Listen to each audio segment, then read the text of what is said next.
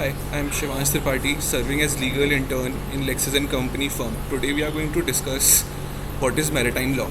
In common parlance, maritime law is the body of law that regulates nautical matters such as matters pertaining to delivery, delays, lost packages, cargo damages, and other disputes that may arise while shipping, like damages to the ship, collisions, accidents, and injury to the crew. Maritime law deals with a country's law that regulate matters of the sea, whereas public law relating to the same matter comes under the purview of the law of the seas.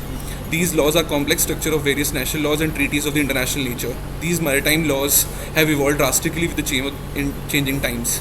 It is the fundamental principles, laws, conventions, and treaties that administer maritime businesses and other nautical matters like shipping or offences occurring on the open waters.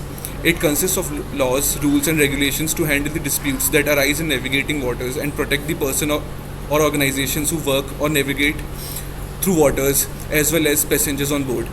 Maritime laws are greatly influenced by the international customs and practices, which is very obvious due to the subject matter and the field of this law. These law deals with a wide range of affairs and activities of sea, along with the matters of navigable waters and including navigations, shipping, and other maritime affairs, ships, sailors, traveling of passengers through the sea, etc.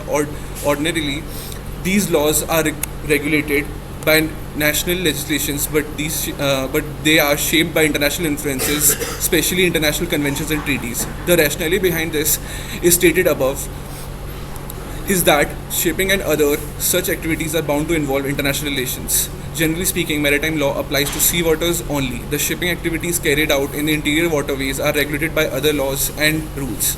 However, there are certain countries where the scope of maritime law also includes the matter of international waterways. For instance, in Scandinavian countries, these laws are applied to shipping activities that have taken place in all water bodies by the lakes, rivers, or canals. Thank you.